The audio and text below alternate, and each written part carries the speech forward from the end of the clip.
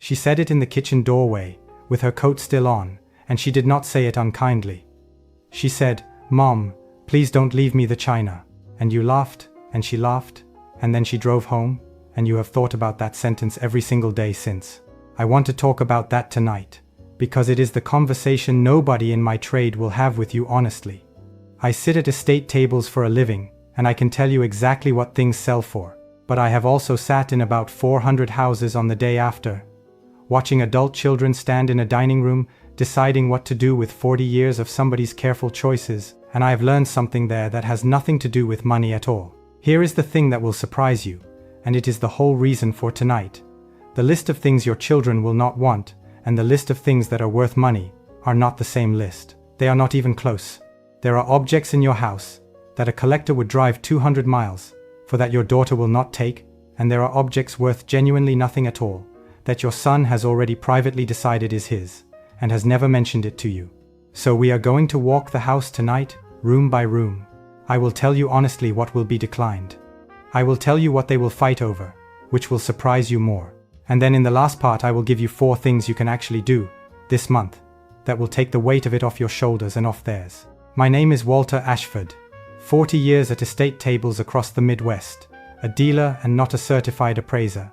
And I want to be clear about one boundary before we start. I am not going to say a single word tonight about wills or trusts or how any of this ought to be arranged legally.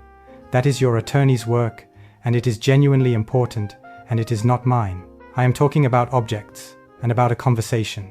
That is the whole of my expertise, and I will stay inside it. The name on the front is the story they tell you. The mark on the bottom is the truth. Turn it over, read the bottom, believe what it tells you, and then, tonight, tell somebody what it says. Let us start in the dining room, because that is where the weight is. Number 10. The formal service. You know this one already, and I made a whole video about what the market does with formal china, so I am not going to repeat myself. What I want to add here is the part that is not about money. Your children will decline the 12-place settings, almost universally, and the reason they give will be practical. They will say they have no room, or it cannot go in the dishwasher, and both of those are true. But it is not the real reason. The real reason is that accepting the china is accepting a job. It comes with an obligation to store it, protect it, and one day have the same conversation with their own children. They are not declining the plates. They are declining the duty. And here is the part I want you to actually hear. That means the way you offer it changes everything. Do not offer them the service. Offer them 4 plates. Offer them the gravy boat their grandmother always carried in. A person will say no to a chest and yes to a piece. And the piece is the part that carries the memory anyway. Number 9. The cabinet and everything in it. The curio cabinet. The lit shelves. The collection, whatever the collection is. And every one of you has one. Whether it is figurines or bells or spoons or plates, they will not take the cabinet. I want to be gentle, but I also want to be useful. And the cabinet is the single hardest object in the American home to place. It is large, it is fragile, it exists for a purpose that modern rooms do not have, and it very often costs money to remove. The collection is a different question, and here is where it gets interesting. They will not take the collection. They will take one. One figure, one bell, one plate, the specific one they remember you holding, and they will keep that one for the rest of their lives. So the honest advice, and it will feel wrong at first, is this. A collection assembled over 40 years does not survive as a collection. It survives as one object per grandchild. That is not a failure. That is actually how nearly everything survives. Number 8. Upstairs. The bedroom suite. The matched bedroom set. The heavy dresser with the mirror. The tall chest. The bed frame. The vanity with the little bench. They will not want this, and it will genuinely surprise you, because it is the best furniture in the house. It is solid wood, the drawers still run true, and it will outlast anything anyone can buy new. But it does not fit the way people live now. Modern bedrooms are smaller, closets are built in, and a full-height chest of drawers is furniture from a time when clothes had nowhere else to go. And the vanity, which was once the most personal piece of furniture a woman owned, has no function at all in a house with a bathroom counter. The exception, and it is worth checking properly, is anything with real design identity rather than just quality. If a piece looks like it was designed rather than simply built, look for a maker's stamp in the drawer bottom or on the back before you write it off. That is a different market, and it is a much healthier one. Number 7. The linen closet. Now we are into the part of the house that nobody makes videos about, and I think that is a mistake. Table linens, damask cloths, embroidered napkins, runners, doilies, crocheted edging that somebody's hands made in the evenings across a whole winter. Your children will not take these, and they will feel terrible about it, which is worse.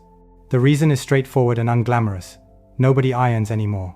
A damask tablecloth that needs pressing before it can go on a table is an object with a chore attached, and it will sit in a closet in their house exactly as it has sat in a closet in yours. But there are 2 things here worth knowing, and neither is obvious. First, hand-worked pieces, genuine handmade lace and hand embroidery are a real category with real collectors, and they are being thrown out at scale because they look like old cloth. The distinction that matters is hand versus machine, and it is easier to see than you would think.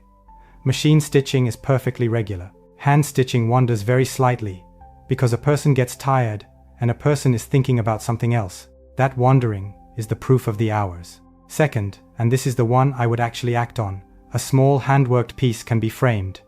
A single embroidered corner behind glass on a wall is something a granddaughter will hang in an apartment. A boxed cloth in a closet is not, and never will be, and it will move house with her twice out of guilt and then quietly go. The material survives if you change what it is for. I have seen a monogrammed corner cut from a ruined cloth and framed, and it hung in a young woman's hallway, and she showed it to people.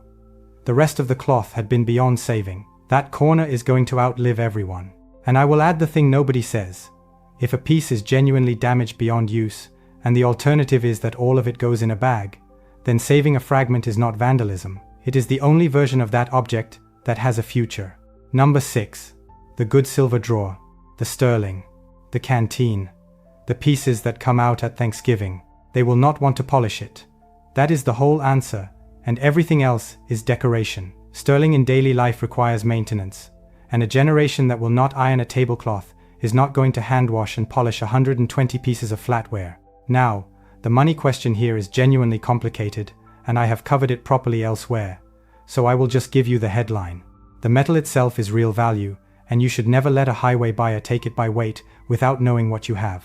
But the set as a set no longer carries the premium over its metal that it did 30 years ago, and I would rather tell you that plainly than let you plan around an old number. For tonight's purposes, though, the useful move is the same as the china. Nobody takes a canteen. Somebody will absolutely take 6 teaspoons and use them every day for 30 years. Break the set on purpose, while you are here to decide who gets which. Before we go upstairs to the last of it, there is something I want to say, because it is the actual center of this video, and everything else hangs off it. You have spent a long time assuming that the valuable things are the ones at risk. They are not. Valuable things get sold, and a sale is not a tragedy, it is just a transaction. The things genuinely at risk are the things with no market value whatsoever, because nobody sells those. They get put in a bag and taken to the curb on the second day of clearing a house when everyone is tired and grieving, and the dumpster is already there. I have watched that happen more times than I can stand, and in every single case the thing in the bag was the thing the family would have wanted most if anyone had told them a week earlier. So the rest of tonight is the other list, not what is worth money, what they will actually want. Number 5. The photographs. Worth nothing. Not $1. There is no market for another family's photographs, and there never will be. And they are the single most wanted object in any house I have ever cleared. I have watched adult children walk past furniture and silver and jewelry to get to a shoebox, and I have watched them sit down on the floor with it in the middle of a sale, with people stepping around them. Here is the specific tragedy, and I want you to fix it this week. The photographs are usually fine. What is lost is who is in them. There is a whole generation of faces in your house that only you can still name, and when you cannot name them anymore, they become strangers, and a box of strangers eventually goes out. So, get a soft pencil, not a pen, a soft pencil, and write on the back of the ones you can name. That is the highest value work anyone watching this video can do this month, and it costs about $4. Number 4. The jewelry box. This one splits, and understanding the split is the useful part. The formal pieces, the brooch, the cocktail ring, the graduated pearls, the pieces designed to be worn to something, will mostly be declined. Not because they are not beautiful, but because there is no longer an occasion to wear them to, and jewelry that cannot be worn becomes jewelry that lives in a drawer, which is the same problem as the china. What they will want is the small things you wore constantly, the thin everyday band, the little pendant you never took off, the watch, anything with genuine wear on it, because the wear is the proof of the life. And there is a real financial dimension here that is different from everything else in the house, because jewelry contains actual metal and actual stones, and old cut stones and period settings are a serious market. So this is the one category where I would say plainly, before anything gets divided or discarded, have it looked at properly and in person by someone who handles it. I have seen more genuine value walk out of a house in a jewelry box than in any other single container. Number 3. The kitchen. And now we are properly into the reversal. And this is my favorite part of every house. They do not want the good dishes. They want the mixing bowl, the one with the chip, the one you used every Sunday. They want the wooden spoon that has gone black on one side, and the cast iron pan, and the rolling pin, and more than any of it, the recipe box or the recipe card in your handwriting. I want to be honest that some of these do have real value, and I have made videos about exactly that, about what is quietly worth money in a kitchen cupboard. But that is not why they want them. They want them because those are the objects that were touched every day, and a thing that was touched every day carries a person in a way that a thing kept behind glass never does. The handwriting is the thing. If you take nothing else from this video, take this. Write something down in your own hand. A recipe, ideally, because a recipe is an instruction from you to them that they will follow after you are gone. And there is nothing else in the house that does that. Number 2. The workshop. The garage, the basement bench, the tool chest. His tools, in most of the houses I walk into, though not all. And I have met plenty of women whose bench it was. Here is what happens with tools, and it is almost a rule. The children who did not use them will want the whole chest gone in one lot, and the grandchildren, the ones now in their 20s and 30s who are buying first houses and cannot afford anything, will want them very badly indeed. There has been a genuine turn back toward hand tools among younger people, and old hand tools in particular are both usable and quietly collected. So the mistake to avoid is the generational skip. The offer usually goes to the children. The children say no because they have a cordless drill, and the chest goes as one lot for very little. Ask the grandchildren. Ask them directly, by name, about specific things. Not do you want any tools. Do you want your grandfather's plane? And the phrasing there is doing real work, so let me say why. Do you want any tools is a question about storage, and the honest answer to a question about storage is almost always no. Do you want your grandfather's plane is a question about a man, and it has a completely different answer, and the object is identical in both sentences. That is true of everything in this house, by the way, and it may be the most useful thing I say tonight. The way you offer a thing determines whether it is accepted. A category gets declined. A named object with a person attached to it gets kept. Nobody wants the silver. Somebody wants the spoon. Your mother stirred her tea with every morning for 30 years, and it is the same spoon. Number 1. The thing they have already chosen. And here is number 1, and it is not an object I can name, because it is different in every house. Somewhere in your home there is a thing that one of your children decided, privately, a long time ago, is theirs. It happened when they were about 9. It is usually small. It is very often something you would never guess and would certainly never have picked. A little glass animal on a windowsill. A letter opener. A mug. A pin cushion. A chipped ashtray. Nobody has used since the 70s. They have never told you. They have possibly never told anyone. And they are absolutely certain about it. Here is why this matters more than anything else tonight. Almost every serious argument I have watched between siblings in a house after a death has been about an object of essentially no value. It is never the silver. It is never the furniture. It is the small thing that two of them both decided was theirs when they were 9, and neither of them ever said so out loud. And now they are 58 and standing in a hallway with all of it coming up at once, and it is not really about the object at all. You can prevent that entirely. You are the only person alive who can. And it takes one conversation. Let me tell you about Corinne. Corinne was a woman near Elkhart, in Indiana, and she called me in to look at the house because she was moving to a smaller place, and she wanted, in her words, to do it properly, rather than leave a mess for the kids. She had done something I had never seen anyone do before, and I have thought about it constantly since. She had gone through the house with a pad, and she had asked all 3 of her children, separately, one question. Not what do you want? She had asked them, "What is the thing in this house you would be upset to find out had gone?" separately, so nobody performed for anyone else. And she wrote down what they said. 2 of them named the same object.